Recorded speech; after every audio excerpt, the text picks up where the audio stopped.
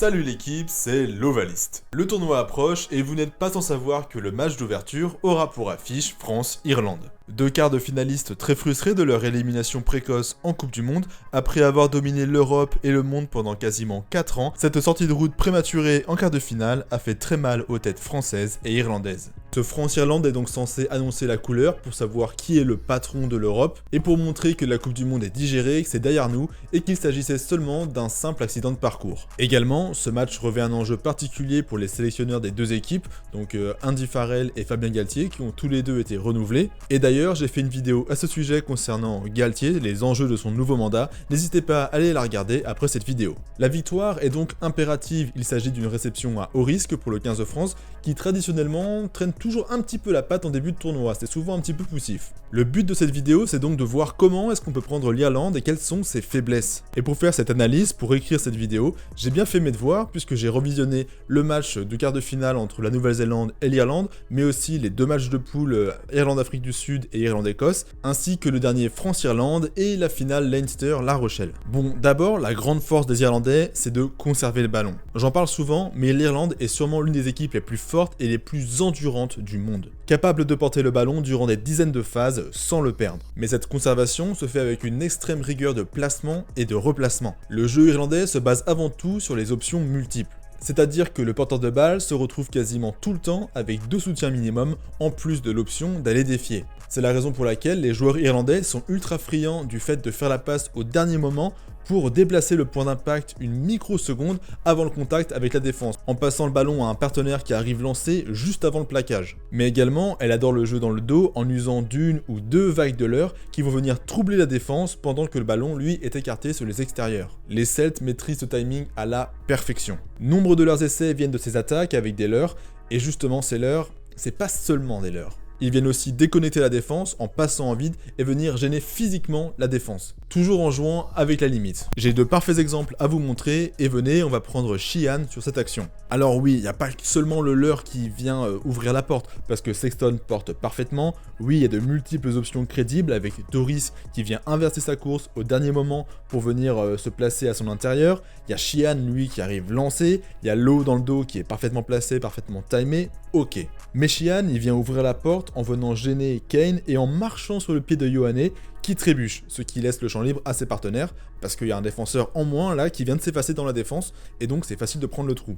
C'est seulement une demi voire un quart de seconde gagnée, mais c'est déjà très précieux. C'est également le cas là sur cette percée de Doris face à l'Écosse. Donc Doris qui après être passé à vide vient quand même créer le contact avec le défenseur écossais pour ouvrir l'espace à ses partenaires. Donc ça faudrait être doublement vigilant là-dessus parce que c'est pas parce que t'es bien placé, parce que t'es dans le timing et que t'es en place que l'attaque irlandaise ne va pas te causer des soucis parce qu'il faut faire vraiment attention à ces leurres là qui peuvent venir te bousculer. C'est un petit peu la norme maintenant dans le rugby mondial, il faut toujours jouer avec la limite et les Irlandais le font très bien. Donc peut-être pourquoi pas aussi sensibiliser un petit peu l'arbitrage en amont. On sait que les staffs des différentes équipes internationales envoient des clips vidéo avant les matchs aux arbitres pour demander les avis justement du corps arbitral sur telle ou telle attitude et je pense que le staff du 15 de France va appuyer là-dessus. Face à ce genre d'attaque, la défense néo-zélandaise s'est pourtant plutôt bien adaptée, avec une ligne défensive qui monte en vague, c'est-à-dire très vite sur les premiers mètres, pour réduire le temps de réaction de l'attaque, puis en temporisant au moment où l'attaque est proche du contact, parce que si on rush comme des débiles face à ce genre d'offensive, c'est là que en fait on se fait prendre par des leurres, on se fait prendre par des passes au dernier moment, et que des espaces se créent. Et une fois que l'attaque a fait son choix, soit faire la passe au dernier moment, soit justement attaquer, défier, créer le contact, c'est là que la défense va remettre un coup d'accélérateur, remettre de la pression, pour mettre l'attaque en difficulté. Dans ce genre de configuration, il est assez important d'avoir un avant mobile dans les derniers avants de la ligne, qui soit capable de vite analyser ce qui se passe et en fait de décider si la défense va temporiser ou va rusher justement. Dans ce quart de finale Nouvelle-Zélande-Irlande, c'est Brody Retallick qui avait souvent la charge d'être le dernier avant placé dans la ligne défensive. Et en gros, c'est lui qui temporisait la montée de la ligne parce qu'en fait, il analysait est-ce que ça crée le contact et dans ce cas-là, on met une grosse pression là, ou est-ce que ça passe dans le dos et on peut continuer à presser sur les extérieurs. Dans ce rôle-là, je verrais bien un Woki ou un Olivon pour permettre de vite s'adapter et de réagir en conséquence. Et donc une des clés pour ce match, forcément, en fait c'est la base de tous les matchs, mais on va le redire encore plus parce que là c'est l'Irlande, une des clés de ce match, ce sera la défense. D'abord en termes de cohérence de la ligne défensive qu'il faudra garder tout au long de la rencontre, même en encaissant les innombrables assauts irlandais, ce que les All Blacks ont très bien réussi à faire en encaissant des phases jusqu'à 30 phases, c'est énorme. Les Springboks en revanche, beaucoup moins. J'avais mis en lumière leurs errements défensifs dans ma vidéo débrief de Afrique du Sud-Irlande, notamment parce que s'ils sont très agressifs, très pressants sur le premier rideau, en venant te mettre une grosse pression sur le contact, par contre, ils sont un petit peu désordonnés dans leur montée, et si tu arrives à les contourner, là c'est le bordel. Et justement, l'attaque irlandaise avec ses nombreux leurres, avec ses nombreux passages à vide, a réussi à contourner cette défense sud-africaine. Il faudra aussi être très vigilant en bord de ruck, on le sait, depuis le dernier Irlande-France, les Irlandais, ils ont des micro-attaques qui sont pré-établies pour venir attaquer le ras des regroupements, avec en gros des joueurs qui font des pivots, qui font semblant d'aller sur l'extérieur, pour lancer un camarade qui arrive lui lancer plein axe, et qui vient attaquer le ras du regroupement, là où les joueurs se déconnectent un petit peu en pensant que ça va jouer plus loin. Ils sont très friands de ce genre de pattern, ils ont différentes combinaisons pour attaquer cette zone, et donc les leaders, donc les joueurs qui sont au bord du ruck et qui doivent rester là pour éviter justement que les joueurs s'engouffrent au ras des regroupements, devront être très attentifs. Au plaquage également, ça aussi c'est une base, mais il faudra être irréprochable. Les All Blacks, ils ont fini le match avec 88% de plaquage réussi, sur un nombre de plaquages incalculable, parce que le rythme du match était fou, les Irlandais ont enchaîné jusqu'à plus de 30 phases à certains moments, donc ça ok, c'est très fort, mais là où ils ont été le plus impressionnants selon moi, c'est dans la manière dont ils ont repoussé l'attaque irlandaise à certains moments, avec des énormes contacts, avec des mecs qui ont vraiment fait chauffer les épaules pour faire reculer les gros porteurs de balles irlandais que sont Doris, que sont Furlong, que sont Porter.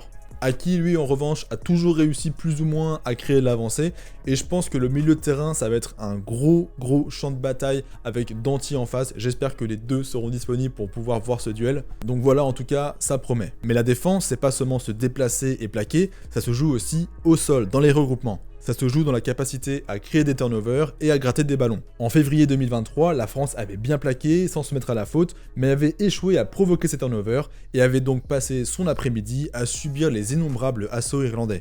Les All Blacks, là encore, en plus de mettre des gros tampons, ils m'ont impressionné dans la capacité à mettre les mains, à mettre la tronche, là où les déblayages irlandais étaient dévastateurs. Et même sans aller jusqu'au grattage en soi, le fait de ralentir les sorties de balles pour permettre à la défense de souffler et de se replacer, ça va être un enjeu crucial dans ce match France-Irlande. Et si les All Blacks ont été la seule équipe à réussir à battre l'Irlande depuis des mois, c'est bien parce qu'ils ont réussi à créer des turnovers, à remporter plus de turnovers que les Irlandais, là où les Écossais, les Français et les Sud-Africains, eux, ont échoué.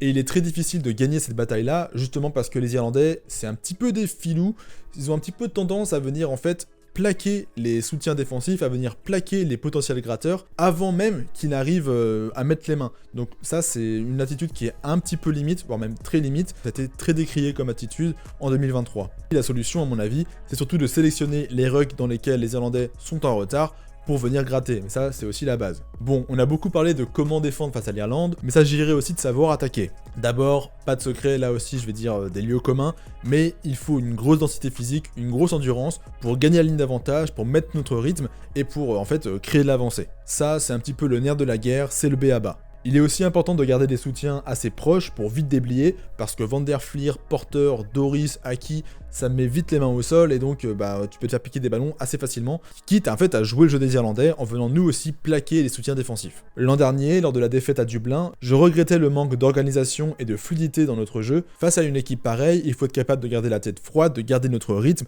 quitte à ralentir parfois pour accélérer ensuite, et aussi et surtout de faire preuve de beaucoup de communication et de varier ses lancements de jeu. L'Afrique du Sud et la France ont perdu en grande partie parce qu'elles ont joué depuis leur camp, voulant rentabiliser à tout prix les miettes de possession qu'ont bien voulu leur laisser les Irlandais, et ont fini par s'épuiser, à perdre leur structure et à subir des pertes de balles dans leur camp. L'Écosse, quant à elle, s'est beaucoup reposée sur Russell, qui a enchaîné les passes et les prises de balles en balayant le terrain dans la largeur, le but étant sûrement de s'appuyer sur les qualités de Van der Merwe et de Graham dans les couloirs, mais ce fut un échec. En grande partie parce que les offensives écossaises étaient trop linéaires, avec peu de joueurs en l'heure, peu de solutions aux porteurs de balles qui pourraient poser de l'incertitude sur la défense. Il semblerait qu'ils aient voulu éviter d'attaquer auprès et dans l'axe, parce qu'ils n'ont pas beaucoup de gros porteurs à part Schumann qui a été beaucoup utilisé, et au final ils n'ont pas trouvé d'espace espace et ils se sont heurtés à un véritable mur vert. Les Blacks, au contraire, ont une capacité d'adaptation et de réaction remarquable, avec des ailiers comme Will Jordan qui viennent se proposer aux quatre coins du terrain, non pas seulement pour prendre juste le ballon à y arriver lancé, mais aussi pour venir distribuer, pour venir brouiller les cartes pour la défense. Comme sur cette action où on le voit faire l'effort pour apporter le surnombre en décalant Barrett au dernier moment et en prenant sa place. Et sa liaison avec Mo'unga est parfaite alors qu'il est dans son dos. Et vraiment, là, même si c'est bien rattrapé au final par la défense irlandaise, parce que c'est une grosse équipe quand même l'Irlande, je vous assure que quand t'es en défense et que tu vois débouler un mec de l'autre bout de terrain au dernier moment et qui décale son partenaire et que tu sais plus trop qui t'as et qui ton partenaire a, c'est très difficile à lire et à s'adapter. Dans ce rôle d'ailier qui dézone, je pense que Penaud peut largement faire le taf en venant surprendre les défenseurs au dernier moment et en focalisant l'attention de la défense pour ouvrir des espaces. Ensuite, le point commun selon moi des équipes qui ont échoué récemment face à l'Irlande, c'est le manque de jeu de par-dessus dans le R2. L'Irlande est très forte sur le premier rideau défensif où ça monte assez vite, ça tape assez fort. Elle est aussi solide dans la couverture avec Keenan et Lowe qui sont réactifs et qui ont un très bon jeu au pied pour te renvoyer dans ton camp et même pourquoi pas chercher le 50-22. Donc en fait, souvent la solution c'est d'attaquer dans le dos du premier rideau avec un jeu au pied. C'est comme ça que les Blacks marquent leur premier essai avec Barrett qui tente le par-dessus, forçant ainsi l'arrière-garde anglaise à venir défendre. Et comme les soutiens sont réactifs, le ballon sort vite et l'attaque prend le pas sur la défense irlandaise qui est en train de se replacer. Ensuite, c'est superbement bien joué et l'essai est marqué au bout. Mais attaquer dans le R2, ça se prépare, on le fait pas n'importe comment. Là, Barrett identifie que Keenan vient de monter avec son jeu au pied. Donc il n'est pas disponible pour défendre, pour venir se replacer dans le R3 et pourquoi pas capter le ballon. Il voit aussi que le numéro 9, Gibson Park, est dans le premier rideau en train de défendre sur l'aile, et donc il n'est pas en train de se replier dans le second rideau non plus. Parce que traditionnellement, ça dépend des équipes, des plans de jeu, tout ça, mais le second rideau, il est défendu par le 9, qui reste dans le dos du premier rideau, très proche, et qui décroche au dernier moment pour défendre. Sauf que là, on le voit, il y est pas.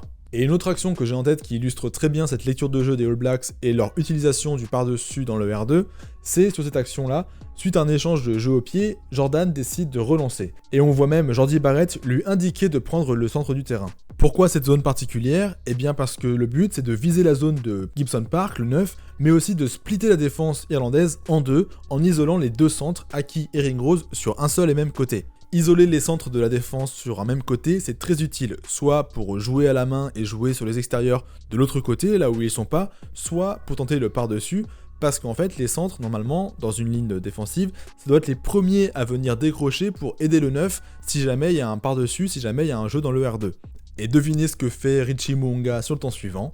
Bah ouais, il joue dans le R2 et il y a personne. Et là, c'est quasiment occasion d'essai pour les All Blacks, même si finalement ça se finit pas aussi bien que prévu.